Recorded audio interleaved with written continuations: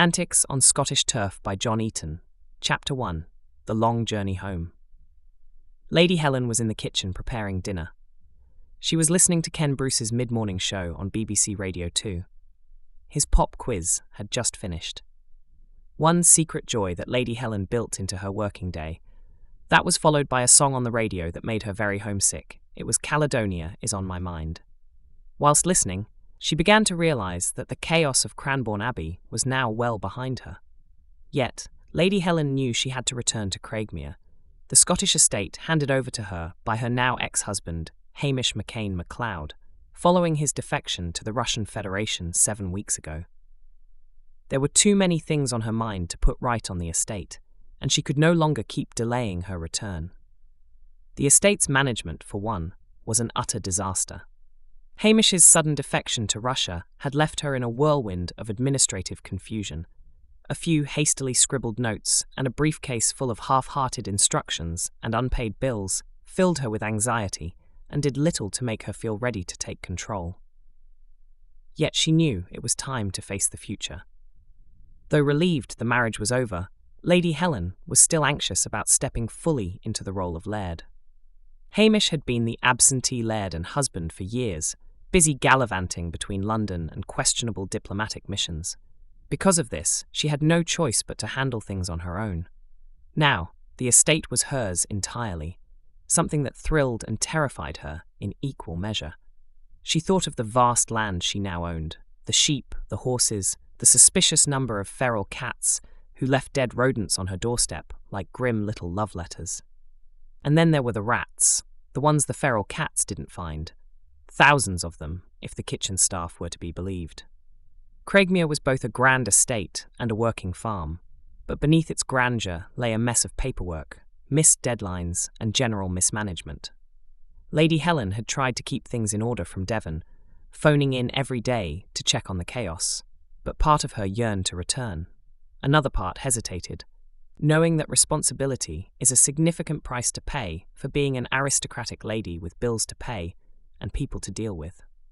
Her past loomed large in her background, giving her a form of imposter syndrome, the feeling of inadequacy and doubt that her status and accomplishments were leading her to a fear of being exposed as a fraud. Despite the evidence of her competence in managing the state during Hamish's long and frequent absences. Her feelings of inadequacy, based on her being born and raised in a shabby flat in Bethnal Green, growing up amid crime, drugs, violence, and the ever-present hum of tension. Her mother, a chain-smoking hairdresser with an eye for hopeless men, had done her best. Still, Lady Helen had clawed her way out of that world, and now found herself somewhere between two identities, the rough-edged diamond of an East End girl and the reluctant lady of the manor. Up until now, Alison's home in Devon offered a strange kind of comfort. It was warm and tidy, filled with the soft drone of soaps, Coronation Street, Brookside, EastEnders, Emmerdale. The evening viewing was repetitive but soothing. Pin and Chip, meanwhile, were too busy trying to flog second-hand goods at the lock-up to notice much else. At least Alison, with her checkbook and reliable job, kept their operation ticking over. But Christmas was approaching, and Lady Helen knew the time had come. The long, grey Devonian winter couldn't hold her much longer. Craigmore, with all its wintry bitterness and biting winds, was awaiting. That afternoon, while the others were out, she had spent hours in the kitchen preparing a traditional Scottish meal. Haggis, neeps, and tatties. She couldn't find proper swede for the neeps, so she'd substituted turnips. They would do. The haggis, however, was a ceremonial chieftain haggis, the kind served at a Burns night supper. It was plump, kidney-like, wrapped in a casing that reminded her faintly of the rugged Scottish landscape, or possibly a bladder. As she stirred the pot, a wild thought crossed her mind. Perhaps she'd recite a bit of Robert Burns with dinner. Something cultural, before she broke the news that she was heading home. Just at that point, Pin wandered in, sniffing the air. "Hello, darling," he said with a grin. "Busy day?" She didn't mind being called darling by Pin. It was certainly better than my lady, who always made her feel like a waxwork in a dusty, stately home. Still, it grated just a little. She liked Pin well enough to let it slide. "Oh no, Chip!" Lady Helen shouted. As he fell forwards, his arms flailed. His legs bowed as he collided with the edge of the stove, just as the haggis launched itself into the air like a meat comet. It soared, spun, and landed on the tiled floor with a wet, fleshy plop. "Je suis crisp," Chip groaned, lying in the middle of the chaos, water soaking into his jeans. Lady Helen stared at the fallen haggis for a moment, then calmly picked it up and rinsed it under the cold tap. 5-second rule, she muttered, setting it back on the stove as if nothing had happened. Pin looked horrified. "You're going to eat that?" "Well," she said, shrugging, "it's either that or let you lot starve."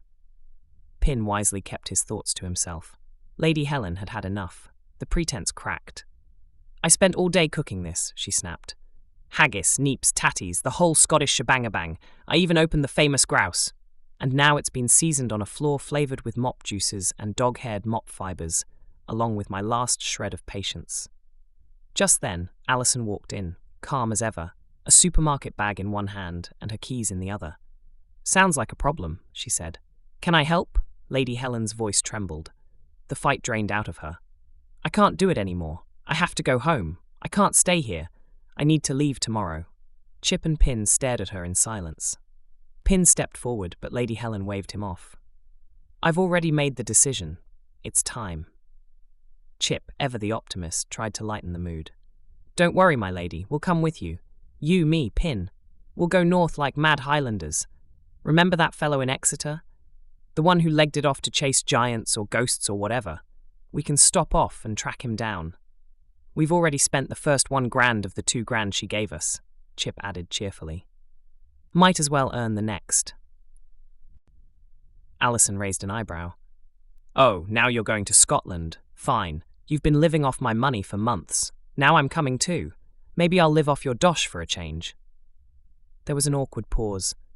Then Lady Helen laughed, a full, sudden, joyful laugh that filled the kitchen.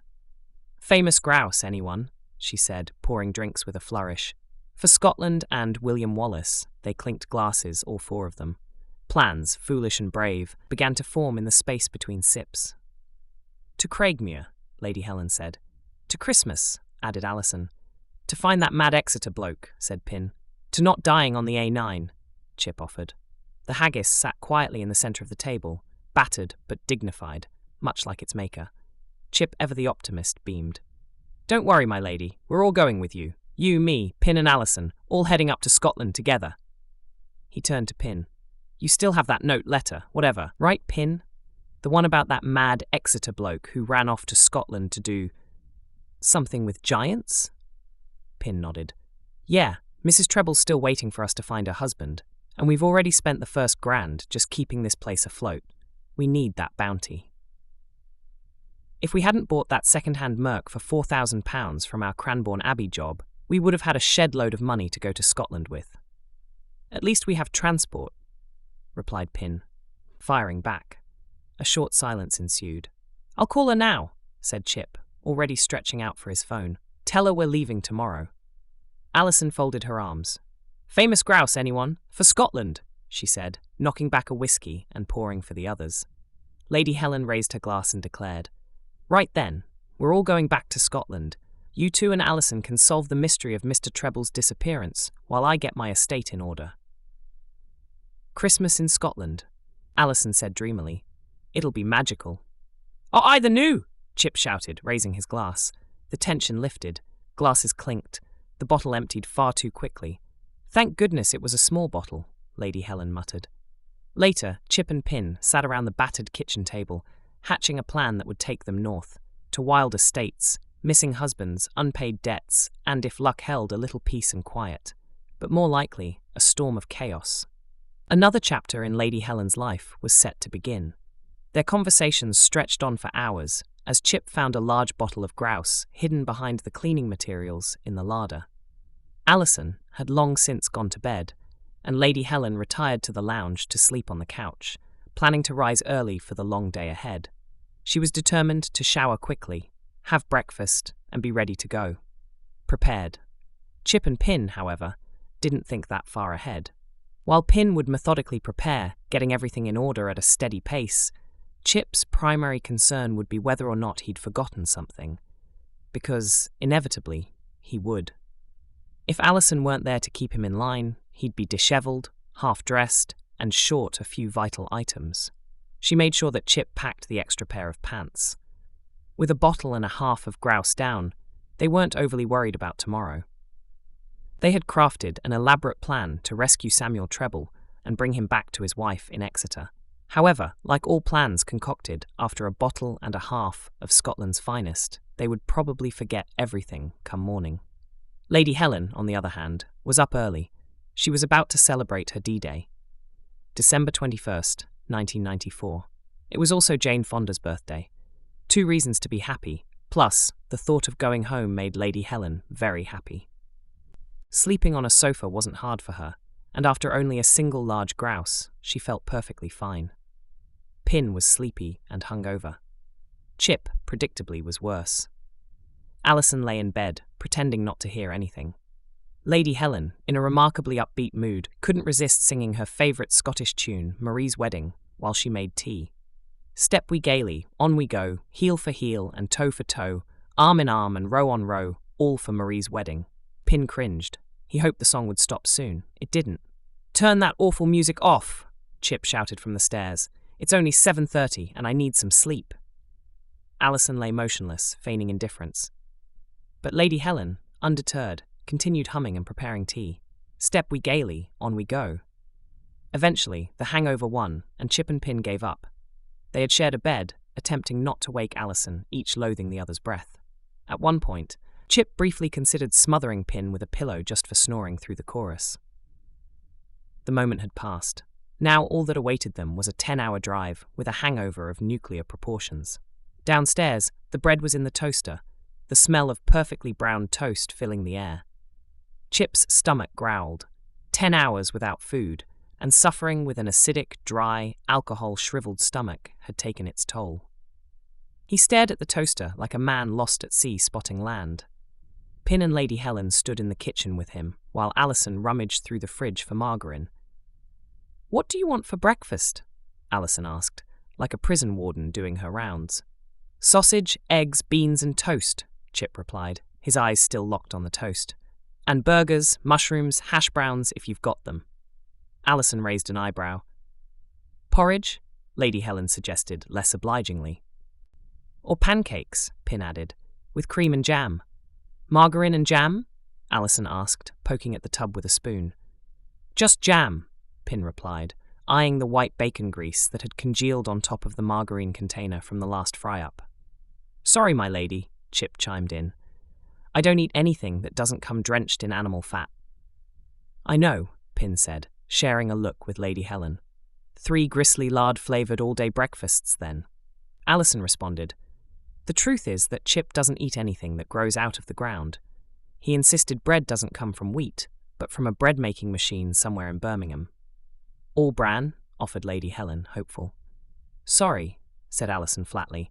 "We did have some, but Chip made all bran turds out of them and took them into Starkey's, you know, that Michelin-starred place near Sidmouth." Lady Helen blinked. "He what?" "He planted them," Alison said.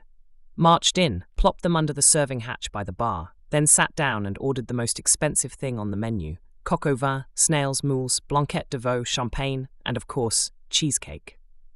"Cheesecake?" Lady Helen groaned. "Yep, Chip always has to have cheesecake with every meal he eats out. Starter, main, and for pudding, cheesecake." Pin leaned in, wide-eyed. "Did it work? I mean, did he get the free meal?" "Not quite," said Alison. Turns out the restaurant owner had dealt with chances like Chip before. He walked right over, fished the all-bran turd off the floor, plopped it into a bowl, poured over milk and sugar, and started eating it. Pin doubled over, half laughing, half gagging. The man looks Chip in the eye and says, "See, my floor's so clean you could eat a turd off it." Chip, unfazed, grinned. "Well, it was a good cheesecake." "I feel sick," Lady Helen muttered. "If you don't mind, I'll pass on breakfast." Pin bolted for the toilet. Chip stayed seated, eyes still on the toaster. Alison bit into her toast, utterly unbothered. She'd told the story many times. Dinner parties, weddings, barbecues. It never got old. She continued as if nothing had happened. Chip doesn't eat vegetables, by the way, unless it's a potato chip or comes with a slice of bacon wrapped around it. "Hey," Chip said, "bread's a fruit. Fact.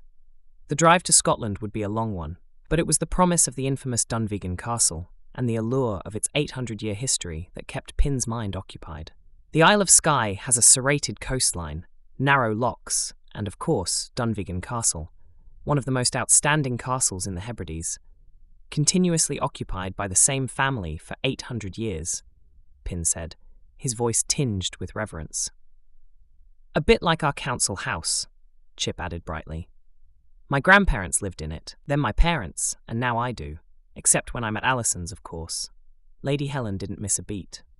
Oh yes, Dunvegan Castle, the oldest council house in Scotland. Chip nodded, missing the sarcasm entirely. Exactly. He paused, growing slightly more serious. Anyway, Mrs. Treble wants us, me and Pin, to find her husband, Sam. Wait a minute, Pin cut in. I'm going to Scotland with Lady Helen. Just the two of us. If you and Alison want to come, that's fine, but you'll have to follow behind us in our Merc. No, Lady Helen interjected quickly. Alison and Chip can ride with us. It'll be nice to have company, and someone to pass me the boiled sweets. Alison rolled her eyes. Seeing as I wasn't asked, I'll go pack. Everyone needs to be ready in an hour, Lady Helen called out. It's a stonking long way to Scotland, Pin blinked. Lady Helen. I didn't know you had it in you. She gave him a look that would curdle cream, then turned and strode off. Lady Helen was the first to shower. She was positively buzzing. This wasn't just a trip north, it was the start of her new life. A liberated life. One that didn't involve her ex-husband, the former Laird McCain MacLeod, who had gallivanted off to Moscow with a pair of ex-KGB boyfriends, and, confusingly, Lady Helen's father. Pin, by contrast, was a breath of fresh air. Not the most attractive man physically, receding hairline, gangly limbs, but intelligent, kind, and most importantly, loaded, which was better than being handsome any day. She left the bathroom spotless, everything in place. Chip, of course, would soon ruin all that. Alison often said he'd only recently mastered the art of flushing. Once, on a hike, he insisted on bringing dock leaves just in case. Alison had packed 2 toilet rolls for that exact reason. But Chip was insistent that dock leaves were more natural. She still didn't know what he thought dock leaves actually did. Chip emerged from the shower, grinning. Pin, waiting his turn, grimaced. I'd wait a minute if I were you, Chip advised. The floor's slippery. Right, Pin muttered. Nothing to do with that ghastly smell, then. Pin couldn't help but think it should have been the other way around. Chip should have gone last. As Pin was about to step into the shower, he paused, sniffed the air, and remarked to Chip, Well, at least you've left that smell behind, so we won't have to endure the sound of your trousers rasping in the car all the way to Scotland. Then he sprayed rose-petal fragrance around the shower. Alison had already showered, packed, and stood rigidly in the hallway like a sergeant major inspecting her troops. Her suitcase was waiting by the door, and she was ready to go. Chip appeared at the bottom of the stairs with a rucksack slung over his shoulder, stuffed with a spare pair of pants, a t-shirt, some beers, a couple of Cokes, and of course, his radio. He figured he'd need the familiar sounds of British voices, especially with the trip feeling as though they were heading to the North Pole. He had also crammed in a few music tapes, though Lady Helen's car only had a CD player. Undeterred, Chip shoved a handful of CDs into his rucksack, hoping for a musical shift somewhere along the journey, if Alison didn't stop him first, of course. He wasn't sure if she'd tolerate his headbanger tunes for long.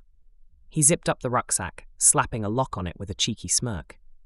You dare, he muttered under his breath. Right, Lady Helen said, looking up from her preparations. Are we all set? Got everything?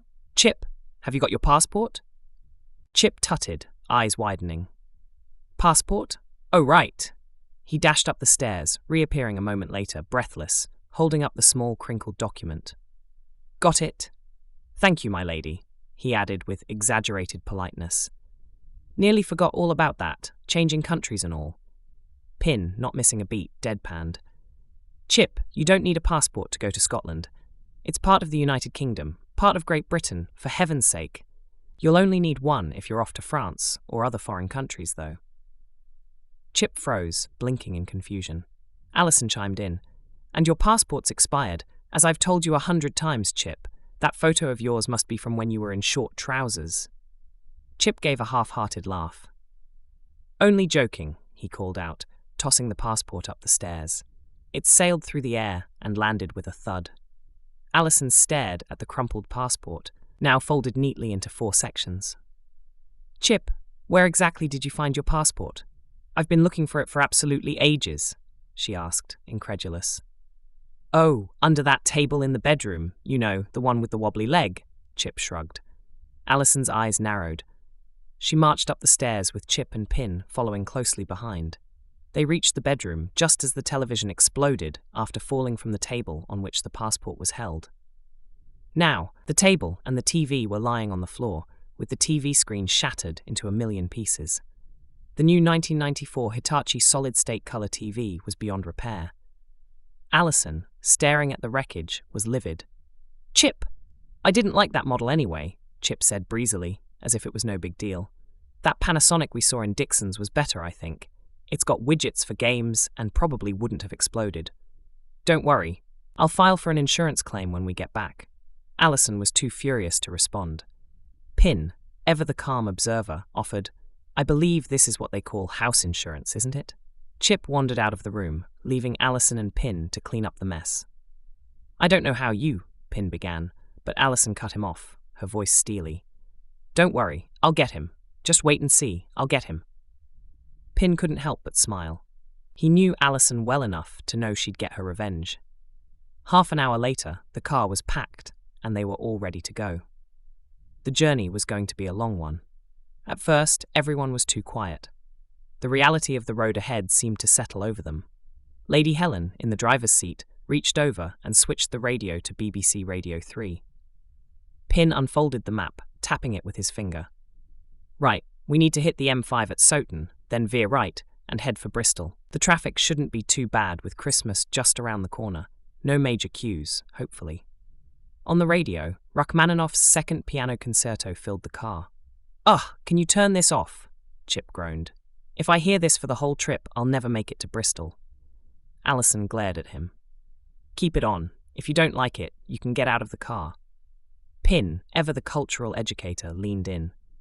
Chip, you should really listen to this. It's the story of Sergei Rachmaninoff, who, when he wrote this, was struggling with severe depression. This concerto was his way of finding hope in the darkness.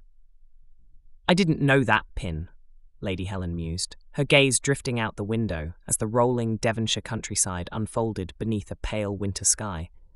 Perhaps that's why it's one of my husband's favourites. Probably one of his Russian spy boyfriends gave it to him, Chip interjected, barely suppressing a grin.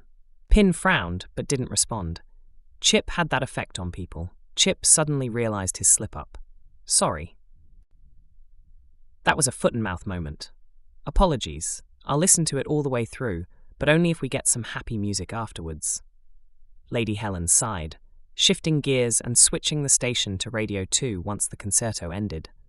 The soft strains of a pop tune filled the car, a welcome contrast to the earlier melancholy. Pin continued his mapping, talking to no one in particular. Just a reminder, we'll pass Bridgewater after Taunton. Bridgewater, yes, once home to the Bridgewater cellophane factory, which had a smell, well, let's just say it wasn't what you'd call pleasant. Think steaming pig's manure. Some even called it British smellophane. Allison wrinkled her nose. I always thought it was just the Bristol Channel or the sewage works near Hinkley Point. Never liked driving through there. Pin nodded. Yeah, and the nuclear power plant at Hinkley Point's not exactly helping the air quality either. But hey, we'll get through. They say by the year 2000, Bridgewater will win the Clean Air Award. At least, that's what the locals claim. Chip, finally perking up, grinned. Not a bad idea, blowing up Somerset. No more skittle alleys or cider. But on second thought, I suppose it's a bad idea. Pin looked at him thoughtfully. Somerset's got Hinkley Point, one of the largest nuclear plants in the UK. If that went up, it wouldn't just be Somerset in trouble. The fallout would be global. Chernobyl wasn't that long ago. Remember the Welsh lamb contamination? The sales restrictions are still in place. Allison sighed. Yeah, and what about cricket? Somerset's been home to some great players. Botham, Viv Richards, Mushtaq Ahmed. We've got new talent coming through too. So, let's not blow up Somerset, all right? Chip raised his hand in mock surrender. Fair enough. Let's keep Somerset exactly where it is. And what about cricket? Repeated Pin. Somerset has had some outstanding cricket teams, with Isaac Vivian Alexander Richards, better known as Viv Richards, a fabulous batsman. Botham, Garner, Mushtaq Ahmed, Graham Rose, Vic Marks, and not forgetting the greats of yesteryear, like Bill Alley and Fred Rumsey. There are also new boys coming on, like Andrew Caddick and Marcus Trescothick, fine English players. It seems they are both good and up for the England team, and they will be good for years to come. So, I agree with you, Chip. Let's keep Somerset exactly where it is. I thank you. Chip, eager to tell his cricketing tale, jumped in. I used to love cricket, listening to John Arlott on the radio, with his leisurely but articulate, confiding countryman's accent. They used to call him the voice of cricket. He had a wonderful gift for painting verbal pictures of great cricketing moments. He made me want to go and watch the England team play. One day, I decided to go and see England play the Aussies.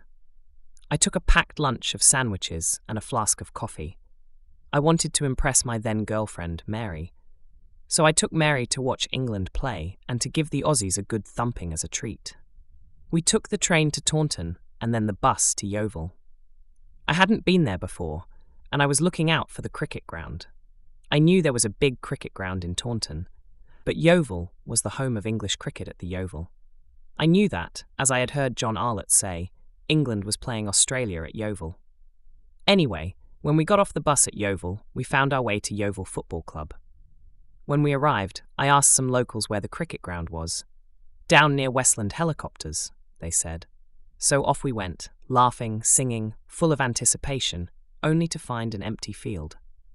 I asked an old duffer where the England team was, and that's when he told me, England play at the Oval. In Surrey, not at the Yeovil, in Somerset. And that is why I stopped listening to John Arlott. Just as well that you didn't want to go to the Yeovil office in the White House then. Might not have ended up in Washington, quipped Pin. Pin and Alison exchanged a look, and the silence that followed was filled with equal parts amusement and disbelief. Typical Chip.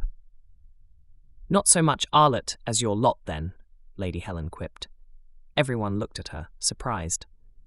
My lady, are you developing a sense of humour? Alison asked, now in the habit of addressing Lady Helen as my lady. What happened to Mary? Pin asked, curious. Chip paused, thinking for a moment. Ah, well, to put it in cricketing terms, the day's events didn't bowl her over, and our relationship was left on the stumps. She kicked me in the middle wicket, told me to silly mid-off, or words to that effect. Shame, really. She had a fine and a long leg, yes, both of them. It was a silly point, really, and in the end I had to run for cover. I think she was annoyed I didn't pack any sandwiches or drinks for her. I paid the train and bus fare. What more could a woman wish for? Pin, not missing a beat, deadpanned. Nothing like taking a lady for a spin. Chip, eager to keep the cricket theme going, handed Pin his favourite cricket song CD. Play cricket, cricket, cricket, Pin. Somerset, home of cider and cricket. What could be more fitting? Pin took the CD and with a grin put it on. They all settled back, the chorus of the song filling the car, with Chip enthusiastically singing along. The song belted out like an anthem, and although it was Christmas and winter, the song felt like summer in the car. All this, and we haven't even hit the M5 yet, Alison remarked. I can't wait to get to Cullompton, Chip replied dryly. By the time we pass it, we'll probably be discussing the next World War and the end of civilization. Shall we just get on with it? Lady Helen continued. It's only 550 miles and 10 hours non-stop, and I'm driving. Well, we'll keep things calm, Chip chimed in, and occasionally chatter about things we have no control over. Good, said Alison. That means you and I won't speak for 10 hours. Fine by me. The song ended, and Lady Helen quickly switched the radio to Radio 3. The car fell into a peaceful silence, punctuated only by the soft hum of orchestral music. Chip, eyes half closed, rested his head on Alison's shoulder. He whispered, Thanks, Jess Yates. Alison replied softly, You're welcome, as she nudged her arm up, occasionally disturbing Chip's attempt to nap. But in these quiet moments, everyone was ready for the journey ahead. Lady Helen, never one to shy away from a mystery, broke the silence. So, what's the deal with this man Treble? Why has he left his wife and run off to Skye? There was a pause before Pin responded. Mrs. Treble's husband seems to have run off to the Isle of Skye, to a commune called Scotts, the sacred clan of the Troon Society. What's that? Alison asked, intrigued. A commune is a group living situation where people share everything, Pin explained, sounding far too academic for the occasion. They were popular with the peace-loving hippies of the 1960s. In Europe, it's a small administrative district, but in the UK, it's a lifestyle. Alison blinked, clearly not impressed. No, Pin, I wasn't asking what a commune is. I want to know about Mrs. Treble and what this Scotts thing is. Pin hesitated, then shrugged. Well, I don't study strange cults on the Isle of Skye, but Scotts sounds more like a cult than a commune, though it might be a bit of both. A cult? Chip asked, perking up. A cult is generally a small, unorthodox religious group that doesn't fit into the mainstream. Their beliefs can be extreme or dangerous. Take the Jonestown cult, for example. Over 900 people died there. And in Waco, Texas last year, the Branch Davidians had a standoff with the authorities that ended in 75 people dead. Chip, wide-eyed, interjected. Are we talking about a satanic cult here? Who are these lunatics? Giants, fairies, blue men, and kelpies? Pin nodded grimly. Exactly. It's all folklore. Legends of Skye. But much like the Loch Ness Monster, some people believe in it. They think the giants and monsters will return for some sort of resurrection of the island and start a revolution. Chip, looking unimpressed, muttered, A bunch of nutjobs, then. To you, maybe, Pin responded. But to them, they're saviours. Pin read on from Mrs. Treble's letter. Her husband believes Skye was once home to giants who fought their enemies on the Trottenish Peninsula. They survived by eating pigs' knees and adders. Wait, pigs' knees and snakes? Chip asked, horrified. What kind of twisted pie did they make out of that? Alison replied dryly. Try a snake and pig knee pie. Pin ignored Chip's comment and continued. They also believe that a clan chief married a fairy, and she gave him the fairy flag, which supposedly guarantees victory in battle. And what's with the blue men? Chip asked, now intrigued. They were sailors' enemies, Pin replied. Some believe they were spirits of the sea, or perhaps followers of Lucifer. Chip, grinning now, said, Sounds like they need to lay off the mushrooms. Pin continued reading. It also says they're staying near the Bloody Stone, where fallen warriors' bodies were piled up around a rock with a rowan tree on top. Locals avoid it after dark because they believe the spirits of the dead haunt the place. Suddenly, Chip shouted, Hush! The car fell silent except for the soft twang of Hank Wangford's voice on the radio. As the car continued its journey, the conversation turned to music. Chip, ever the enthusiast, grinned and said, It's Hank Wangford, country and western singer, used to be a doctor. Great stuff. Alison, raising an eyebrow, quipped, Sounds like something you buy with batteries at an Ann Summers party. Lady Helen, blushing but unable to resist, smiled at the comment. Chip and Pin burst out laughing, while Alison joined in, and soon the whole car was in stitches. The laughter continued until Chip moaned, Who did that? The smell from last night's festivities had reappeared, sending them into another round of laughter. Bunch of kids, Alison said, laughing as she rolled down the window to get some fresh air. As the laughter died down, a calm settled over them as they passed Cullompton. The journey was far from over, but for the moment the four travellers were content, lost in their thoughts and dreams of what awaited them in Scotland. A police car with flashing lights and blaring sirens pulled in behind them. Lady Helen eased the car onto the hard shoulder, the motorway stretching endlessly ahead. The officer got out of his vehicle and approached Lady Helen's Merc. As the officer approached, his boots clicked on the tarmac, and he gestured for Lady Helen to wind down the window. Madam, he began, his tone formal, you've been driving over 80 miles per hour, and the speed limit here is 70. That can't be right, Lady Helen replied, her brow furrowing. I have the cruise control set to 72. Well, at least you're admitting to speeding now, and that's a start, the officer said, scribbling in his notebook. Now, I need you all to step out of the vehicle and come with me. Reluctantly, they got out of the car and stood in the cool breeze between the vehicles. Then the officer raised his hand, signalling them to stop. All right, madam, he instructed. I want you to blow into this bag. Lady Helen blinked, taken aback. Is that a breath test? I haven't had a drink for days. No, the officer said with a smile. It's for my wife's birthday, and I need to get the balloon blown up for tonight. Lady Helen stared at him, momentarily speechless, before she started blowing into the bag. As her cheeks puffed out, a large pink balloon appeared before her eyes. When she stopped, the policeman tied it off and held it in his hand. Just then, Lady Helen heard her Mercedes rev up behind her, and she turned just in time to see another officer speed away in the driver's seat, her car racing down the road. "Oi!" Lady Helen shouted. "He's stolen my car!" Pin and Chip exchanged glances. Pin quickly stepped on the policeman's foot, while Chip shoved him to the ground. A crack echoed through the air as the policeman cried out in pain, clutching his ankle. "Ambulance!" the officer screamed, writhing on the ground in agony. "Get me an ambulance! I need to go to the hospital." While the policeman lay there, in distress, Pin swiftly grabbed the officer's car keys from his belt and passed them to Lady Helen and Allison. "Run to the car," Pin ordered. "I'll deal with this mess." Chip bent down to collect the balloon, tucking it under his arm as he jogged towards the police car. "Thanks for the balloon," he muttered under his breath, his eyes twinkling.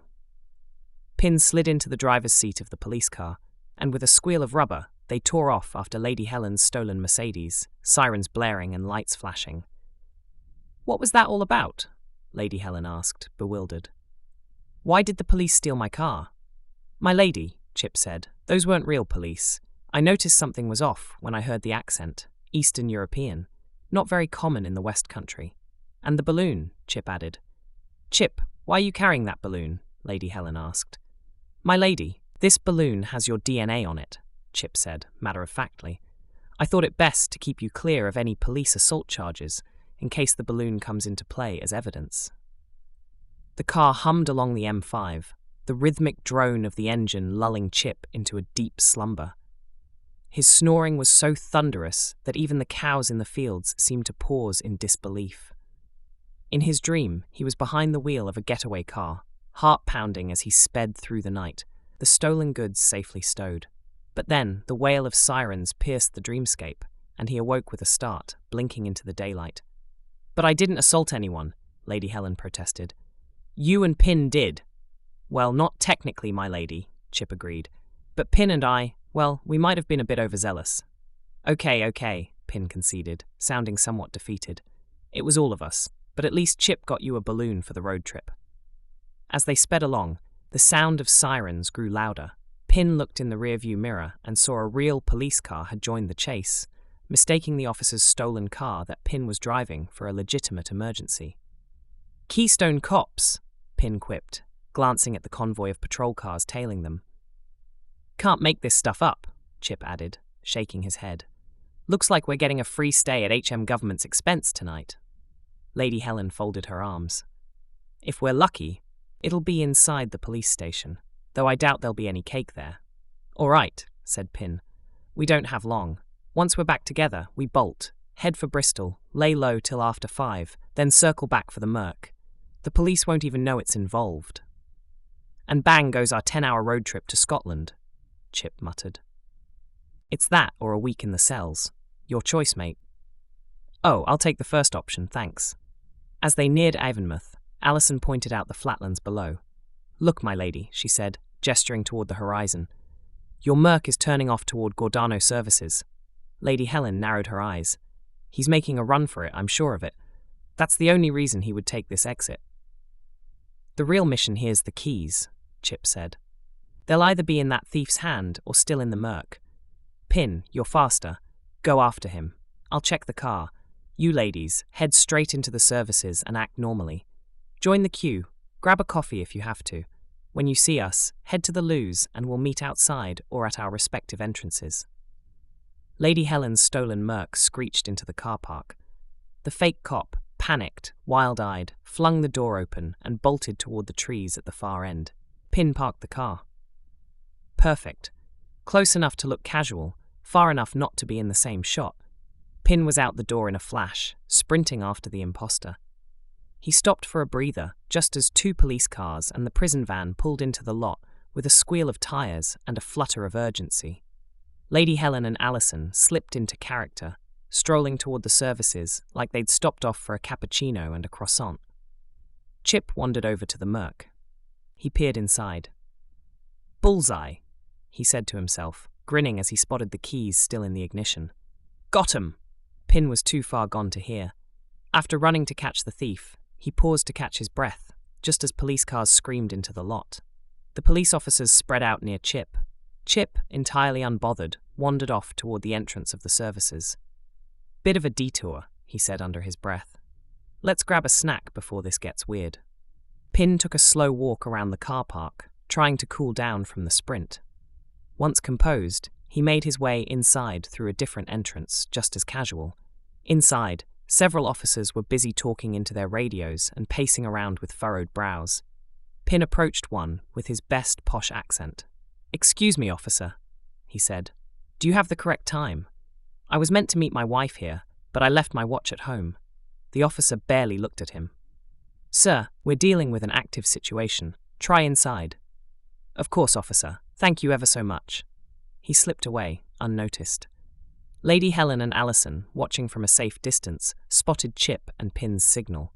Time to head to the loos. Once reunited in the corridor near the toilets, Pin laid out the plan. "Once we catch the bus to Bristol," he said, "we grab some lunch, maybe do a bit of shopping. I haven't been there before. Might as well make a day of it. We stay till about 5, then head back for the Merc and press on to Birmingham." Chip raised a hand. "Has anyone got cash? Because my credit cards are currently suffering from an identity crisis." "Buses don't take cards, genius," Allison said, rolling her eyes. "Don't worry. I've got cash. You're covered." The four of them ambled down towards the petrol station, chatting and laughing like any other weary travellers killing time.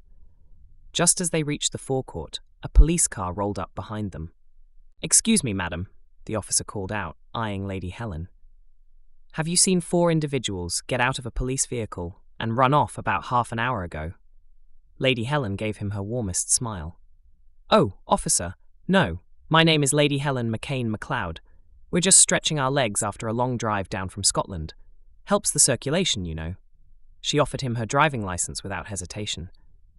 The officer glanced at it, squinting slightly before handing it back and giving her a dismissive nod, as if she'd clearly mistaken him for someone who cared. "Have a good day, madam," he said curtly, then drove off. "Well played," Chip whispered. "If he'd asked me, we'd all be in cuffs." "You'd probably get us extra time just for being cheeky," Allison added. Just as they turned to leave, the officer's car screeched to a stop. He started reversing toward them. "All right, people," Pin hissed. "Head for the hills." They scattered, each darting in a different direction with the urgency of a guilty conscience and poor planning. Just before sprinting off, Pin slapped a pound coin into Chip's palm. "For emergencies," he muttered. Chip blinked down at it. "Well," he said to himself, "it's every man for himself, and Chip's just here for the ride." The officer, clearly out of breath and not built for hot footing in pursuit, paused for a moment as they vanished into the dense bushes, trees, and shrubbery. He briefly considered chasing them, then realized his shoelaces were untied and his coffee was getting cold. With a grunt, he shuffled back to his car, lit a cigarette, and sighed heavily. Another tale for the paperwork pile. Then he called the incident in to police control.